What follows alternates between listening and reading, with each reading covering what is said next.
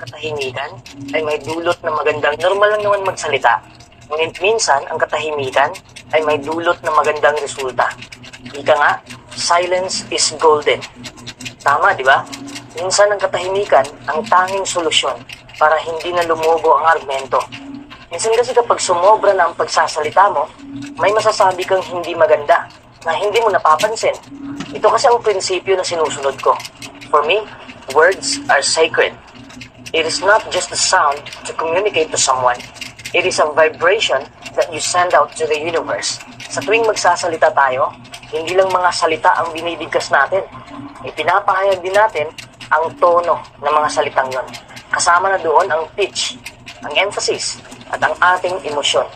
Kaya kahit may dalawang magkaparehong salita, pero magkakaiba ito ng kahulugan. And it is not the word itself, but the intent behind it. At minsan, mas mabuti pang manahimik na lang kaysa sa sumagot o tumugon. Lahat kailangang tugunan. Marahil ay may tatanong mo, paano kung iniinsulto ako? Hindi na ba ako sasagot? Mananahimik na lang ba ako? Bago ko yan sagutin, gusto ko lang malaman mo, sa bawat komunikasyon, 55% doon ay body language mo. 38% ang tono ng boses mo. 7% lang ang mga salita. Naiintindihan mo ba ang ibig mo sabihin? Halimbawa, galit na galit ka sa partner mo. Tapos pinalikuran ka lang habang nagsasalita ka pa. Hindi ba't magagalit ka ng sobra? Bakit ka magagalit? Hindi naman siya sumasagot sa'yo.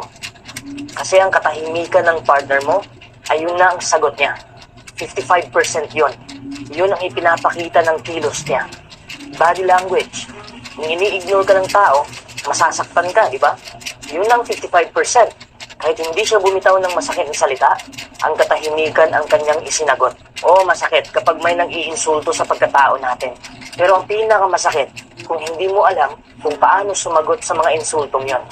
Kung gusto mong sumagot, dapat alam mo rin kung ano ang isasagot mo.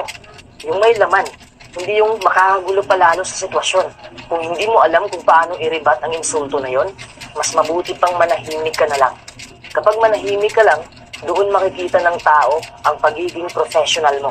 Hindi naman ibig sabihin na kapag professional, mataas na ang naabot sa buhay. Kahit mababang level lang ang natapos mo, pwede mo pa rin ipakita ang pagka-professional mo.